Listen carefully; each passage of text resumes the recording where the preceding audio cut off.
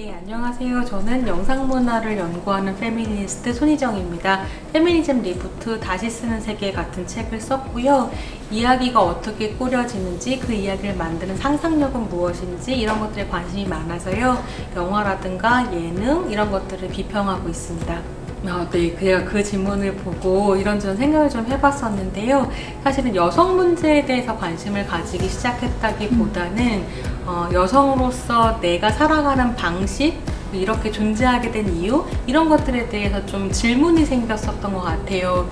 예를 들면 내가 어렸을 때 집에서 제사가 이제 11번이 있었는데요. 어머니가 맏며느리셨어요. 그래서 어머니는 왜 제사상을 11번이나 저렇게 차려야 하는 걸까? 근데 왜 우리는 외갓집의 제사는 잘 가지 않는가? 뭐 이런 아주 기본적인 질문에서부터 시작해서 왜 여자라서 이러면 안 된다라고 하는 이야기를 내가 계속 들어야 되지? 여자는 뭐길래? 그러면 남자는 뭘 할 수 있는 거지? 이런 질문들을 아주 어렸을 때부터 좀 가지고 있었던 것 같고요. 그런 것들에 대한 질문을 찾아가면서 페미니즘을 만나게 되고 그렇게 이제 스스로를 페미니스트라고 생각하게 된 것 같아요. 그러니까 사실은 페미니스트로서 코로나19를 경험하면서 제일 고민을 많이 했었던 건 역시 재난이 한국 사회의 가장 약한 고리부터 파괴시킨다라는 점이었던 것 같아요. 그러니까 아이들, 여성, 소수자들, 그렇게 주변으로 이제 내몰린 사람들이 훨씬 더 빨리 직장을 잃고 어려움을 겪고 때로는 또 생명을 빼앗기기도 하고 그런다는 고민을 좀 하게 됐고요. 그래서 코로나19를 통해서 우리가 무엇을 놓치고 있는지를 좀 볼 수 있겠다라는 고민이 한 축에 있었고요. 또 다른 한 축에는 정말 한국 사람들이 기후위기에 관심이 없구나 이런 생각을 또 하게 됐거든요. 그래서 최근에 본 굉장히 재미있는 어떤 기사가 뭐였냐면 한국 사회에서 지금 한국 사람들이 제일 두려워하는 것은 코로나라고 한다면 독일 사회에서 독일인들이 제일 두려워하는 건 기후위기다라고 하는 어떤 기사를 본 거죠.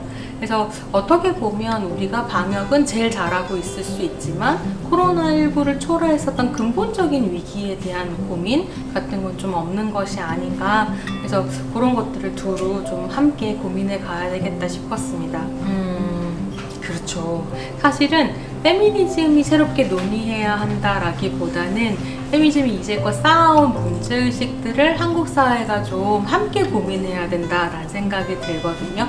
그러니까 가장 가시화되지 않았던 사람들, 가장 소수자의 자리에 있었던 사람들의 삶의 조건들을 제대로 살펴보고 이것을 근본적으로 바꿔나갈 수 있는 방식들에 대한 논의가 필요하다. 그리고 그 논의를 할 때에는 권력을 가지고 있는 특히나 이제 50대 서울대 출신의 남성들로 대변되는 어떤 정치 집단의 목소리를 듣는 것이 아니라 현실에서 일상을 살아가면서 어려움을 겪고 있는 지금까지 들리지 않았던 목소리에 귀를 기울이고 그 목소리들이 개입돼서 정책을 만들 수 있는 이런 방향으로 가야 된다는 생각을 하게 되는데요. 그렇게 들리지 않았던 사람들의 목소리를 들으려고 하는 것 자체가 사실은 페미니즘의 방법론이기도 하거든요. 그래서 그런 것들을 같이 고민하면서 가야 된다라는 생각입니다.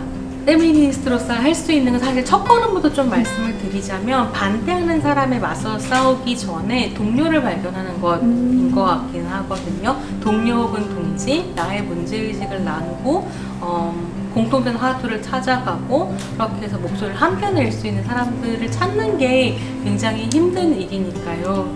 네, 특히나 코로나19 시대에 우리가 생각하게 되는 건 나 혼자 독고다이로 문제를 해결할 수는 없다. 독고다이라는 말을 표현을 써도 되는지는 모르겠지만 혼자서 해결할 수는 없고 사실은 함께 해결해야 한다.